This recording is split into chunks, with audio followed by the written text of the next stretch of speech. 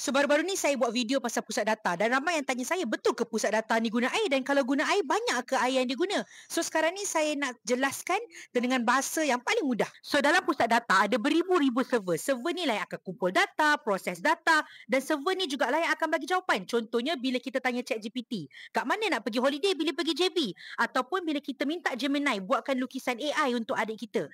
Cuma isunya server ni setiap hari bukan kita je yang guna, beratus-ratus ribu orang guna dalam satu hari. So bila ramai orang guna server tu akan cepat panas. Dan bila dia panas, kita tak boleh guna terus, kena tunggu dia sejuk. Macam handphone kita lah. Kalau handphone kita jadi panas, kena tunggu dia sejuk dulu baru kita boleh guna. So bila ada banyak pusat data, ada banyak server, kerajaan negeri perlu gunakan banyak air untuk sejukkan server-server ni. So Kementerian Air pun dah umumkan betapa banyaknya jumlah air yang kerajaan negeri perlu gunakan untuk sejukkan pusat data ni. Kita ada peningkatan 300%, di mana kalau sebelum ni kita guna 20 juta liter sehari, sekarang kita akan gunakan 66 juta liter sehari.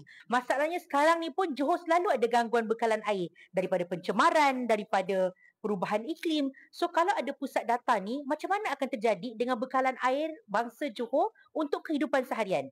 Sebab Johor akan menggunakan purata air jauh lebih besar dari negeri-negeri lain. Bila keadaan itu berlaku, adakah kerajaan negeri akan mengutamakan kehidupan seharian bangsa Johor ataupun industri berbilion ringgit?